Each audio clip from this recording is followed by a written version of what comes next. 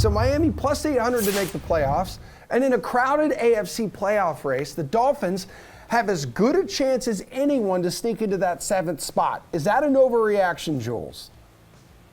Probably not. I'm just scrolling through the standings now. Like, I want to try and find teams that are better than them, and there are teams that are better than them, but the Dolphins are playing better right now. So there might be enough bad teams in the AFC for them to pull this off. It's probably not going to happen. The no is minus 1,600.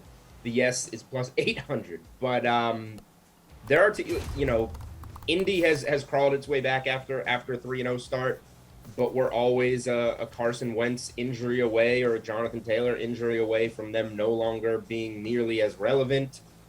And we have that AFC North, as we just talked about, kind of cannibalizing each other.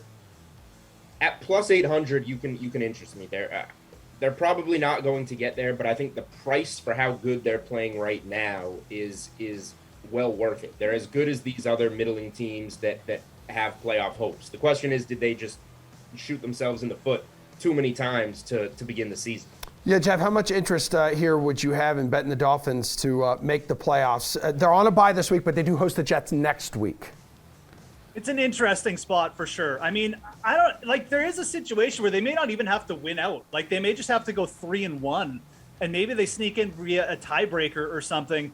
Look, they play the Jets, then they're on the road at the Saints, Titans, and then they finish up with the Patriots. I think it comes down to, are the Patriots resting players that week? If they have to go up against a full bore Patriots team, there's not enough there. And even that, like, they have 2 road games in a row against one good team in the Titans and one kind of failing team in the Saints, but still going into New Orleans and just grabbing a win, that's not an automatic. I don't think there's quite enough here. You're also asking them to bypass the Bengals, the Chargers, the Colts are at 7-6. I just don't think it's going to happen. Like Jules said, the no here is at a very big price for a reason. I don't think you're getting enough to bet. I'd want to see probably plus 1,200. So I'm going to say no, stay away from this one, but it's certainly like an outcome that could happen. Not for me. Okay, is it for you, Pearce? Yeah, I'll jump on this. You need to monitor the Jalen Waddle injury, so download the DK Live app to find out what's going on there. But if he's going to play, they've got enough weapons. With Gaskin, Gesicki, Devontae Parker is back.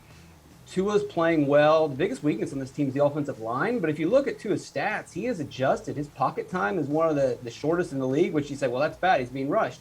Secondly, in terms of getting hit in quarterback hurries, it's also pretty low. So he's adjusted to the line not playing well. They've been pretty productive. They've held opponents to 17 points or fewer over the last 5 games. Now, if you look at those opponents, it's been pretty soft. But as Geoff mentioned, the rest of the schedule is still pretty soft. They've got a bye week. They've got the Jets. They've got the Saints. They've got an overrated Titans team. And it will all come down to that Patriots game, the final game of the season. They probably need to run the table. But you look at the schedule, you look at what they've been doing, they're coming off the bye. I think they can get it done, especially if the Patriots don't necessarily need that win at Miami in the final week.